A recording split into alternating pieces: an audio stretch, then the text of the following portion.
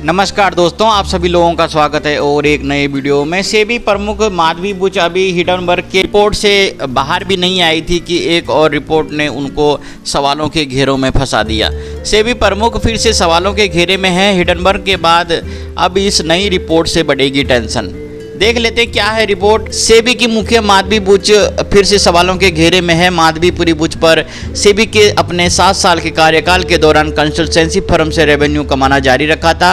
Reuters की एक report में ये बात सामने आई। माधवी बुच ने 2017 में सेबी को ज्वाइन किया और 2022 में उन्हें सेबी का प्रमुख बनाया गया।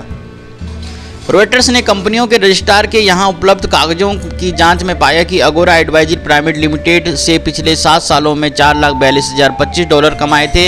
यह सेबी के संभावित नियमों का उल्लंघन है। कंपनी में बुच की हिस्सेदारी 99% थी। रॉयटर्स की रिपोर्ट में कहा गया कि उनके द्वारा देखे गए दस्तावेजों के अनुसार इस रेवेन्यू का अडानी ग्रुप से कोई लिंक करने की कोई जानकारी सामने नहीं आई। अब ये देखते हैं कि सेबी के नियम क्या कहते हैं। सेबी के 2008 के नियमों के अनुसार कोई अधिकारी ऐसा पोस्ट होल्ड नहीं कर सकता जिससे उससे प्रॉफिट हो रहा हो या सैलरी मिल रही हो या अन्य पेशेवर शुल्क लिया जा रहा हो। माधवी पुरी बुच ने हिडनबर्ग की रिपोर्ट के बाद कहा था कि कंसल्टेंसी फर्म की जानकारी सेबी को दी गई थी। 2019 में उनके पति यूनिलीवर से रिटायर होने के बाद इस कंसल्टेंसी बिजनेस को संभाल रहे हैं। बता दें, रॉयटर्स की रिपोर्ट में अभी तक माधवी पुरी बुच या सेबी का कोई बयान नहीं आया है।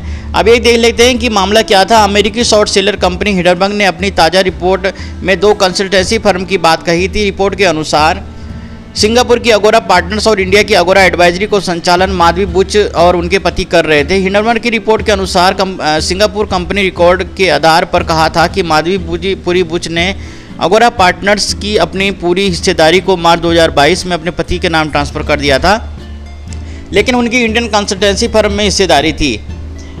अब ये देख लेते हैं कि माधवीपुरी टीम के सदस्य सुभाष गर्ग ने भी कुछ बातें कही हैं। देश के टॉप ब्यूरोक्रेट रहे माधवीपुरी बुच के समय पर सेबी के सदस्य रहे सुभाष चंद्र गर्ग ने इस पूरे प्रकरण को नियमों का गंभीर उल्लंघन बताया है। सेबी बोर्ड ज्वाइन करने के बाद उनके फर्म में हिस्सेदारी रखने को किसी भी तरह से सही नहीं ठहराया जा रहा है। उनके घोषणा के बाद इसे जारी रखने की अनुमति भी नहीं दी जा सकती। दोस्तों, ये थी कुछ माधवीपुरी बुच पर ये जो रिपोर्ट आई थी।